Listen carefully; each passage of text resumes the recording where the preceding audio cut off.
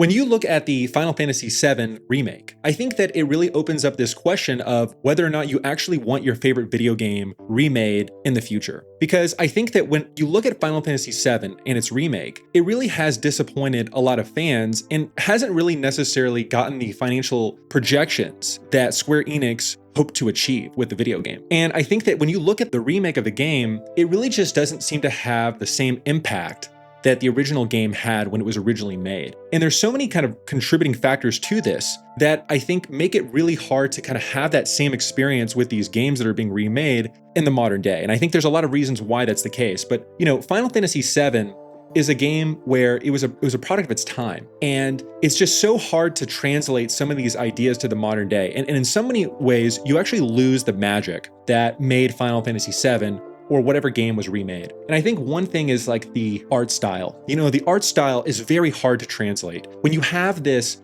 kind of more primitive graphics, whether it's 2D to going to a 3D remake, or you have these kind of more primitive early days of 3D being translated into kind of this more open world environment or more just graphically intensive environment, it's so hard to kind of take the essence of the remake and have this experience that is better than the original. And it's not to say that people that are fans of the old game can't enjoy the game or that people can't get enjoyment out of the video games, but I think that from an artistic perspective, the original art, the original soul and energy of the game is so hard to replicate because, when you look at Final Fantasy VII, there are these kind of ideas in the gameplay that are just almost impossible to replicate with the way that the Final Fantasy VII remake goes. So for example, when you kind of have that open world and you're traveling from one location in the Final Fantasy games or in Final Fantasy VII, you kind of have replaced this with kind of more of this corridor walking, right? This kind of more open world mechanic that doesn't have the same feel, right? This open world kind of mechanic is a product of, the limitations at the time, but also it kind of simulates this idea of the party traveling and journeying to a new area, to a new location. And it doesn't have to necessarily have all those 3D environments. It's just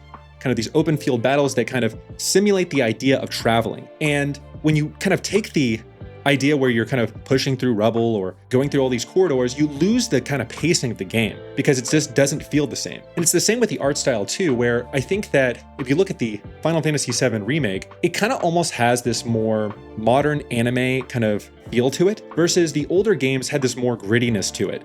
You kind of see this with the character portraits. You see it just kind of with the style of the game. There's just kind of this different feeling of the characters. And because of the limitations of the time, you had this certain emotional feeling and connection with the characters that when translated to kind of more hyper-realistic graphics or kind of this more detailed 3D environment, you lose something.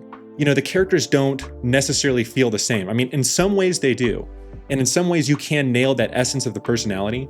And it's true with the voice acting too, right? You might be able to nail that perspective, but in some ways you lose it. In some ways you have basically a different take on the idea, right? It's not the same art anymore. The voice acting in a way radically kind of changes the emotional feeling and element of the story. And it's just hard to replicate that. And it's just because, in a lot of ways, video games are pieces of art, right? There's the music element, there's the artistic element, there's the gameplay, the storytelling. And I think it's hard to translate those ideas from the past into this kind of more modern interpretation, especially when all the people that kind of put in the work in those projects aren't necessarily there. Now, some of them for the Final Fantasy VII remake are there, but not the entire team. And so those kind of ideas, those artistic elements are not the same. It's more of just kind of it's a retelling in a way of the original piece of artwork. It's the same with the soundtrack too, because the soundtrack is just limited in so many ways, just given the technology at the time. And you might have this kind of more modern interpretation of it. Maybe it's more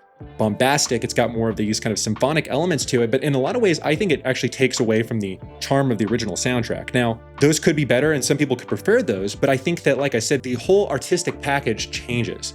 It changes into something completely different. And for some people, that doesn't resonate. I think some people like it, but there's a reason why those kind of original soundtracks are so timeless. It's just hard to replicate that art. It's hard to kind of tack an upgrade onto it and to make it better. And you see this with the story too, where there's almost kind of this retelling of the story in a different way, which is really not what the original Final Fantasy VII story was. And so, in so many ways, if you look at the remake by itself, is this one of those stories that people are going to talk about 30 years from now? Or are they still talking about the original Final Fantasy VII story, the original characters, the original kind of songs? The remake, in a lot of ways, I feel like misses the mark. And you kind of see this with the sales, where with Square Enix, I think that the Final Fantasy VII remake, in so many ways, has disappointed their estimations. And so, you would think that if this was such a masterpiece and it was so fun and so much better than the original, you would see so many more people clamoring to play the video game and not having the criticism that they do. And like I said, there are some people that do like Final Fantasy VII Remake, but I think that this is just kind of the core problem when you try to remake video games. It's just hard to kind of translate that artistic element of the video game to the modern day. And it depends on what you're doing, but to the improved and more realistic graphics, when you change gameplay mechanics around, the music, if you add voice acting, it's just hard to get the core essence of the video game. And I think that that's probably true with a lot of games. I think that if you took Final Fantasy IX and you tried to basically do the same Final Fantasy VII remake treatment, I don't know if you would capture the same essence that the original game has, or it would just be a very different experience. And you could probably profit off of that and make money off of it.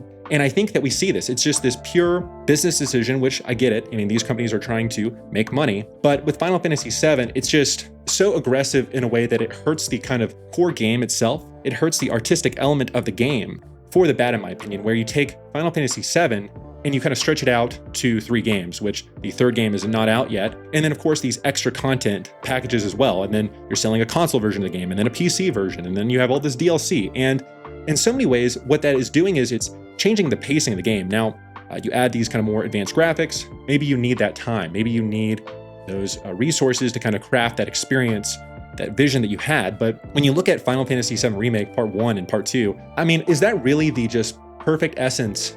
You just kind of stitch them all together of how you really wanted to tell the game. In so many ways, the pacing is off because there are these extra time wasters in the game. There's all these extra side quests that change the flow of the story. There is these extra combat encounters. There's this extra time between story beats that changes the pacing of character development. It changes the pacing of story.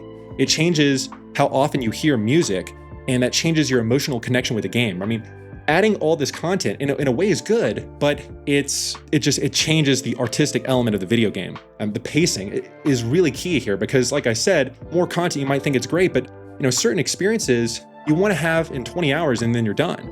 Or, the story makes a lot of sense when you have just the right mixture of ingredients of playing a certain song enough times, having enough character development, having enough gameplay experiences, and then sometimes one element breaks down. You hear that video game song too many times. There's too many combat encounters.